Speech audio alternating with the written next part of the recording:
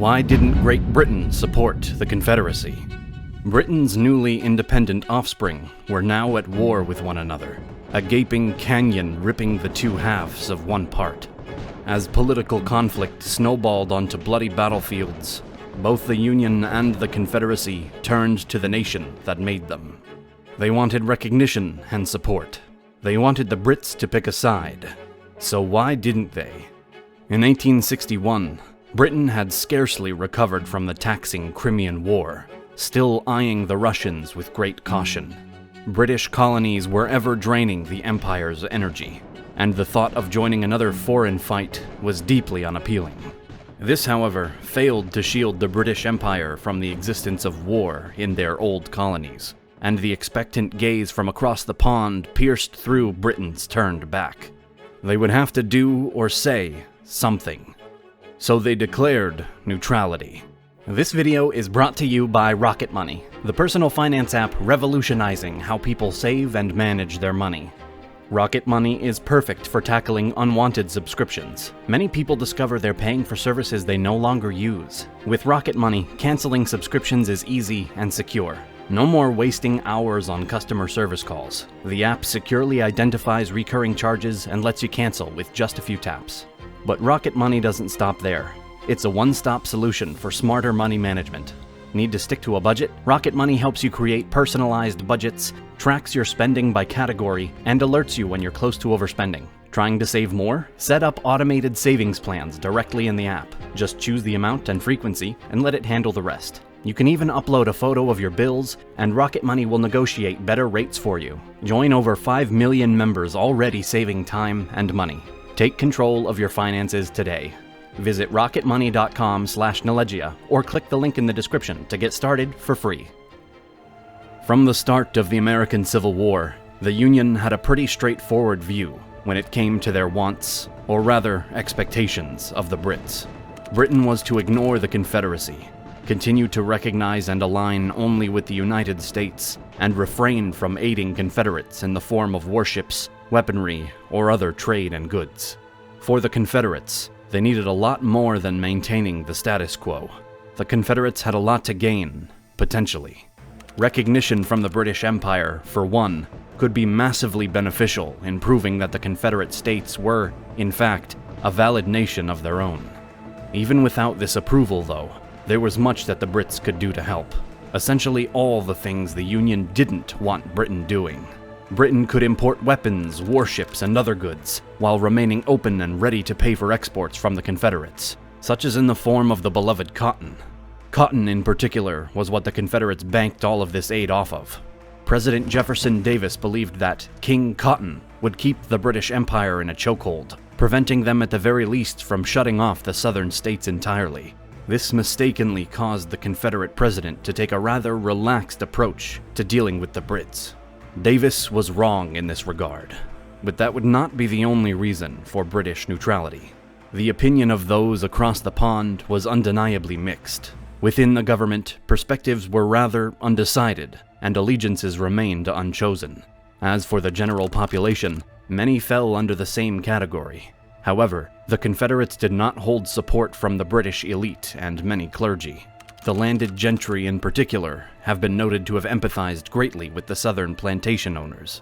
This was in contrast to the Union-backing middle class, workers, intellectuals, and others who staunchly opposed slavery. These conflicting views, coupled with the equally unmatched perspectives of the government itself, meant that something would have had to have been done to forcefully push the British Empire over to one side or the other. And the Confederates were too unduly confident in the value of their cotton to do just that. On the flip side, the Union was actively seeking confirmation from Britain that they would not recognize aid or in any form support the Confederate States. And if they did, they must understand that it would be a direct threat and disrespect toward the United States. And the Union did hold the upper hand, given the fact that this was the government that the British had already been developing friendly and stable relations with, and was the only one of the two that was already an officially recognized nation of its own. Additionally, the Union had more to offer than just cotton. Trade between the United States and Britain was vastly important to both nations, with necessities such as grain and munitions being swapped back and forth on a consistent basis. This trade was too important to lose, unlike trade between the South and Britain, which plummeted rapidly after the outbreak of the war. King Cotton was dying. While British blockade runners would continue to push war equipment and even luxury goods through the Union blockades as the war steamed on, official trade, and especially the southern export of cotton, was utterly failing. From the start of the war, many southern cotton merchants had actually chosen to withhold all cotton exports, hoping that this could strong-arm both their enemies and neutral bystanders into bending to the Confederate will. Instead, when this, coupled with the blockade, made southern cotton unrealistically difficult to obtain, nations like Britain began to look elsewhere, and in looking, they found simpler and far less controversial providers of cotton, such as Egypt, Brazil, and India. This hammered the final nail in King Cotton's coffin, sending a clear message to Jefferson Davis and his men: help is not coming. In reality, even the thought that European nations would intervene in the war to aid the Confederates was rather far-fetched. Even if the British wanted to send military support, they likely only would have done so in cooperation with another European power, such as the French. However, both nations were busy with their own local affairs, and the risk of completely shattering their relationship with the United States was just too high. And to top it all off, the assumption by President Davis that the need for Southern cotton would outweigh everything else, including the Southern support for slavery, was wildly overly confident, considering both France and of course Britain had already abolished slavery in its entirety. While at first, the topic of abolition was passably unclear for observers, given the fact that even President Abraham Lincoln was soft on his anti-slavery sentiments, by the time of the Emancipation Proclamation in the fall of 1862, the Union's position against the existence of slavery became comprehensible enough for abolitionists in other nations to take a hardline stance in support of the United States and against the Confederacy. This, nevertheless, refers only to the opinions of the general public, as, in fact, the British government responded to the proclamation with significant concerns about its ability to spark a brutal and uncontrolled race war. This, to what would have been the great pleasure of the Confederates, even prompted the Chancellor of the Exchequer, William Ewart Gladstone, to bring forth the suggestion of intervention for the sake of preventing a larger affair that could affect the Europeans on a broader scale.